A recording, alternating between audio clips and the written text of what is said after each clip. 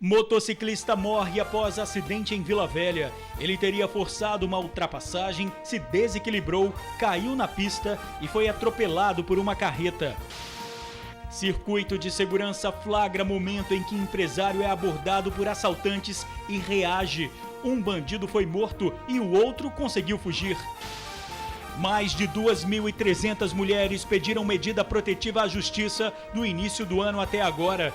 Uma especialista ouvida pelo TN alerta para os primeiros sinais de uma relação abusiva. Agricultor lança pedra em prédio da prefeitura e vai parar na cadeia. Ele estava indignado com a demora para marcar um exame. Comércio na mira de criminosas. Elas entram nos estabelecimentos para furtar alimentos, cosméticos e produtos eletrônicos. Uma mesma padaria em Vila Velha já foi alvo desse tipo de ação 2 vezes só este mês. Exame de vista para ajudar quem está com dificuldade nos estudos.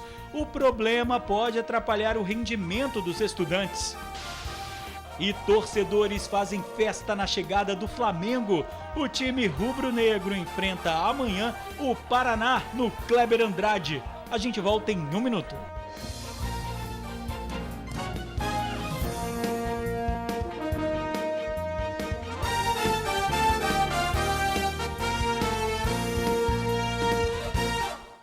Olá, boa noite.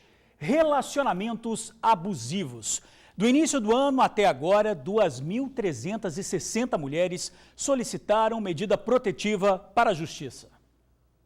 O envolvimento foi rápido e a relação, desde o começo, super intensa, arrebatadora. Com apenas 3 meses de namoro, a publicitária já tinha até se mudado para a casa do parceiro. Não demorou para o jovem, na época com 23 anos, revelar a verdadeira personalidade.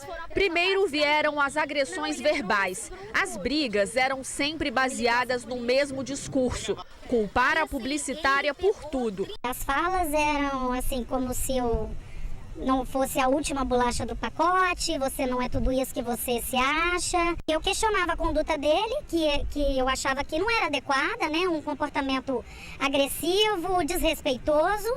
E a culpa era minha, que eu era frágil demais e que eu deveria procurar um psicólogo. O passo seguinte foi a agressão física. A situação chegou ao limite. Só mesmo a separação resolveria. A publicitária decidiu sair da condição de vítima. Colocou um ponto final na relação de quase 2 anos e recorreu à justiça. Quando ele realmente cumpriu o que ele vinha me ameaçando de procurar o meu trabalho para tentar me tirar dali, me denegrir, aí eu busquei a proteção da justiça. Só esse ano, aqui no estado, mais de 2.300 mulheres seguiram por esse mesmo caminho. Solicitaram uma medida protetiva à justiça. Nesse mesmo período, aproximadamente 2.000 vítimas procuraram a delegacia especializada para denunciar o ex ou o atual companheiro. Essa psicanalista explica que os relacionamentos abusivos são mais comuns do que se imagina e podem acabar em tragédia. Isso porque, em muitos casos, o homem idealiza a mulher e a enxerga como um objeto, não como uma companheira. É muito propício, às vezes, de homens numa posição muito infantilizada, né? Homens muito frágeis, impotentes do ponto de vista da sua posição de homem, e escolhem mulheres, às vezes, que têm que responder a um ideal que está na cabeça deles. Se essas mulheres desejam algo um pouquinho diferente daquilo que eles imaginavam a respeito desse ideal que eles têm na cabeça, aí começam os atos violentos. Na semana passada mesmo, mostramos aqui no TN a história de Gabriela de Jesus, de 24 anos, advogada recém-formada que trabalhava como atendente de telemarketing, foi sequestrada, estrangulada e atropelada pelo ex-noivo, extremamente possessivo. Excessos de ciúmes, situações onde se a mulher começa a expressar algo diferente do ponto de vista do seu desejo, de suas vontades, tem projetos diferentes, esses sujeitos ficam muito irritadíssimos, como se fossem crianças que perderam ali o seu brinquedinho, e começam justamente com agressões psicológicas, agressões verbais. Então, são todos esses indícios que o sujeito está mostrando qual vai ser o caminho desse relacionamento, que certamente isso vai passar a uma violência física. A psicanalista ainda orienta as mulheres vítimas de relacionamentos abusivos a se autoquestionarem. Por que me submeto a isso? A publicitária encontrou essa resposta e hoje se sente livre. Eu tenho um arrependimento de não ter denunciado na primeira agressão. Eu acho que as coisas não teriam chegado, né, nesse nível. E eu acredito sim que a denúncia ajuda sim a proteger a mulher. Vale ressaltar que a ocorrência em casos de agressão pode ser feita em qualquer delegacia. Acidente grave em Vila Velha, um motociclista morreu depois de ser atropelado por uma carreta. O capacete da vítima ficou destruído. De acordo com testemunhas, Nivaldo Rodrigues da Silva, de 44 anos, seguia para Cobilândia quando o acidente aconteceu. O motociclista teve a cabeça esmagada pelo eixo traseiro da carreta. Quando o sinal abriu, o motorista da carreta e o motociclista continuaram seguindo sentido Cobilândia. Quando os dois chegaram ali naquele trecho, o motociclista tentou fazer uma ultrapassagem indevida pelo lado direito, mas acabou se desequilibrando e foi parar debaixo da carreta. Chegamos aqui no local, o SAMU estava aqui de ordem 30, deu o primeiro apoio à vítima aqui, porém já estava constatado o óbito da vítima. A carreta carregava chapas de granito. Iria fazer uma entrega no Porto de Capuaba, em Vila Velha. O motorista abalado não quis gravar a entrevista, mas contou que só parou porque ouviu um barulho muito alto. O seu veículo de grande porte, ele nem só foi constatar que havia sido passado posteriormente a alguns metros do acidente. O condutor da carreta logo veio a parar no local, dando apoio necessário aqui, não evadiu todo o procedimento aqui. E logo a nossa guarnição chegou aqui no local também para dar um suporte. Segundo os moradores, o asfalto irregular tem causado diversos acidentes na região. Mais cedo também teve um outro acidente, também com um motoqueiro, também um caminhão, mas graças a Deus o motoqueiro conseguiu pular, né, e não teve essa vítima igual aconteceu. A guarda alerta que os motoristas precisam ter mais consciência na direção e obedecer às sinalizações das vias. Dentro da nossa legislação é proibida a passagem pela direita, ultrapassagem. Vem alertar todo o condutor que não faça esse tipo de passagem, principalmente o motociclista. E também para ele estar cometendo a infração e sendo penalizado por esse ato, né? A CESAM disse que aguarda o laudo da perícia sobre as causas do acidente. Câmeras de segurança registram o momento em que bandidos abordam um empresário em Vila Velha. Eram 8 horas da manhã quando um empresário de 58 anos chegava à empresa de suprimentos marítimos que fica em Jardim Marilândia, Vila Velha. Antes que pudesse sair do carro, foi surpreendido pelo assaltante. O que o ladrão não contava ao abordá-lo é que a vítima sempre anda armada e já reagiu atirando. O assaltante foi atingido por 7 disparos, 2 deles na cabeça. E, de acordo com a polícia militar, mesmo agonizando, ainda deu um último tiro que acertou o empresário na perna. A arma usada por ele, um revólver calibre 38, ficou caído embaixo do corpo. O assaltante foi identificado como Leonardo Conceição da Silva, de 31 anos. De acordo com informações de testemunhas, o ladrão estava na garupa de uma moto com um comparsa. O piloto, tão logo ouviu os tiros e viu o colega caído morto no chão, acelerou a moto e saiu com destino ignorado. Os tiros foram ouvidos pelos moradores mais próximos. A gente estava em casa dormindo, ouviu os barulhos de tiro e veio ver o que aconteceu. E quando chegou aqui, os meninos da empresa falaram que foi uma tentativa de roubo. O garupa desceu para fazer o assalto, aí escutamos os tiros aqui perto. O empresário foi socorrido ao hospital evangélico pelo próprio filho, de 31 anos, que estava dentro da empresa na hora do crime. A arma usada por ele, essa pistola 380, foi recolhida pela Polícia Militar, que ainda informou que o empresário tem porte de arma. A rua onde o fato aconteceu foi interditada para facilitar o trabalho da polícia. Eu já tinha comentado sobre ele que ele fica mais receoso de chegar na empresa e na saída, né? Que é o lugar que é o horário mais complicado, entendeu? Os funcionários estão bem assustados. O filho dele mais novo está em estado de choque, né? O pai baleado, né? O outro bandido que participou da ação continua foragido. O flagrante do furto: a mulher levava alimentos de uma padaria em Vila Velha. Foi só o segundo caso este mês.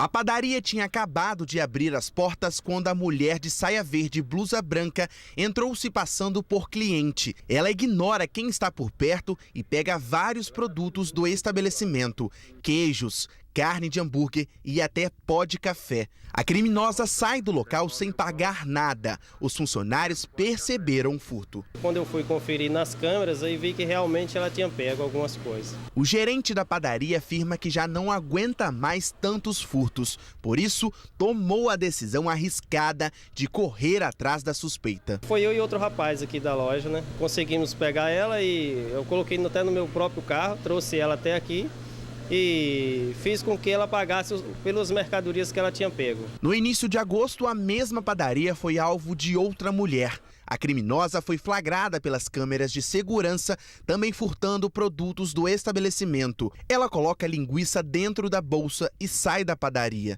Em seguida, ela volta e esconde mais produtos dentro do capacete.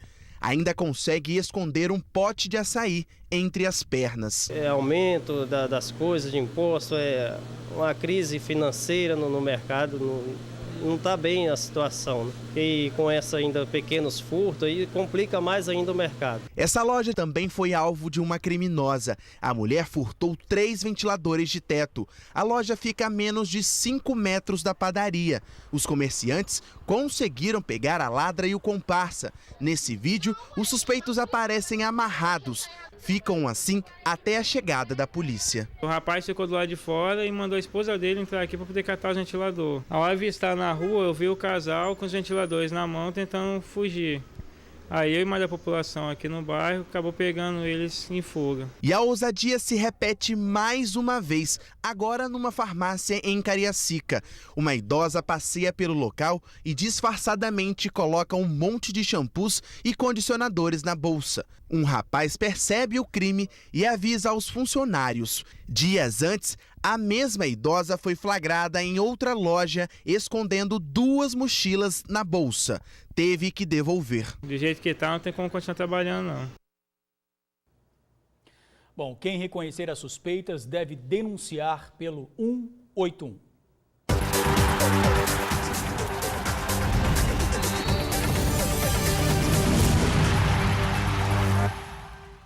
O time do Flamengo já está no Espírito Santo. O rubro-negro foi recebido com festa.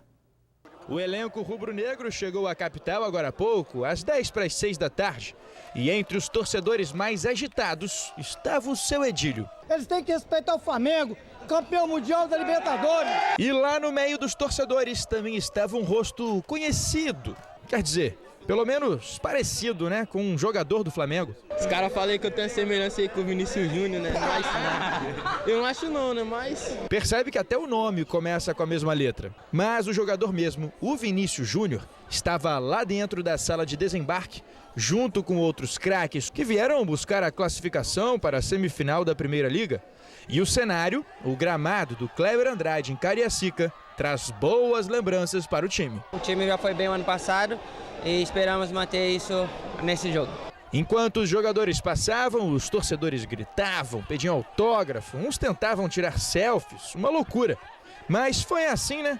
Doido pelo ídolo e confiante em um placar positivo no jogo de amanhã à noite.